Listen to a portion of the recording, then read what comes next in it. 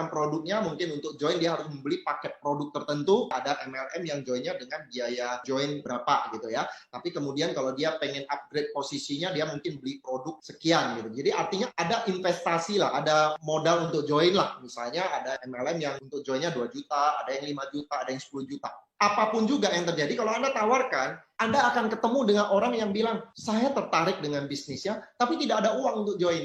Ini masalah klasik. Nah, sekarang saya akan beritahu Anda bagaimana cara menjawabnya. Jadi kalau orang bilang tidak ada uang, nomor 1 adalah Anda ubah paradigmanya dulu. Anda bilang sama dia, justru karena Bapak nggak ada uang, saya tawarkan bisnis ini, supaya Bapak bisa dapat uang, supaya Bapak bisa cari bisnis.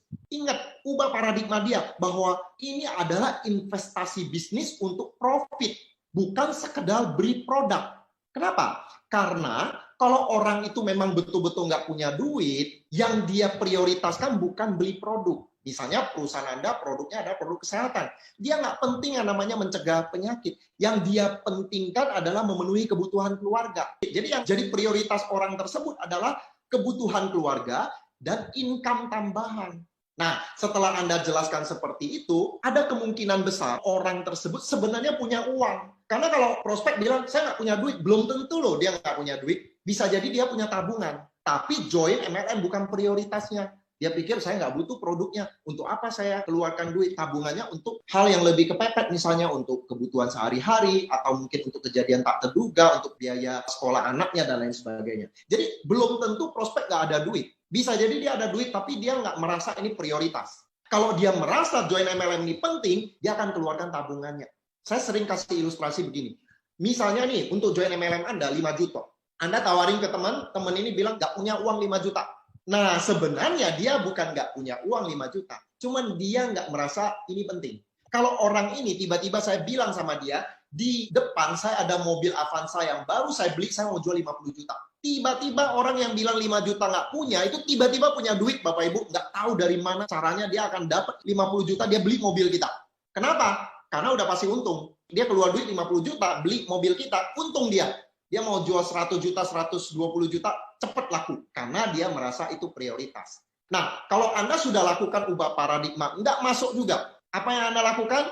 Anda kupas bawang. Anda bilang sama dia, selain masalah uang, ada masalah lain lagi nggak? Misalnya dia bilang, udah nggak ada masalah lain, saya udah tertarik, cuman masalah uang aja. Nah, Anda tanya lagi, berarti kalau saya bisa kasih kamu solusi supaya kamu bisa punya uang untuk join, kamu mau ya? Mau, dia bilang gitu. Solusinya apa? Gali daftar nama kelas menengah dan bantu dia jual produk. Minta dia bikin daftar nama minimal 20 orang dari kelas menengah yang udah lebih senior lah, dia secara keuangan mampu, dan mereka orang-orang yang butuh produk. Lalu bantu dia untuk jual produknya.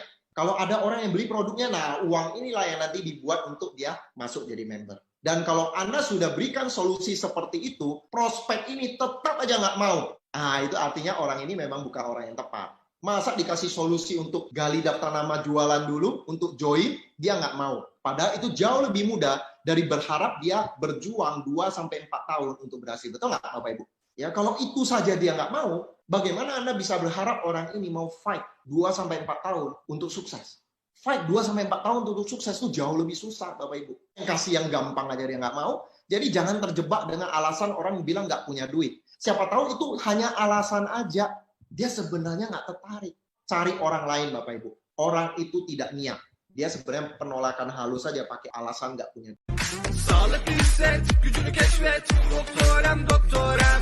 İnşa et, geleceğini gel. Doktorem, doktorem. Tırman kariyer basamaklarını kendine özel. Oluştur tarzını, kur ekibini. Başta çalışmaya. Doktorem, doktorem.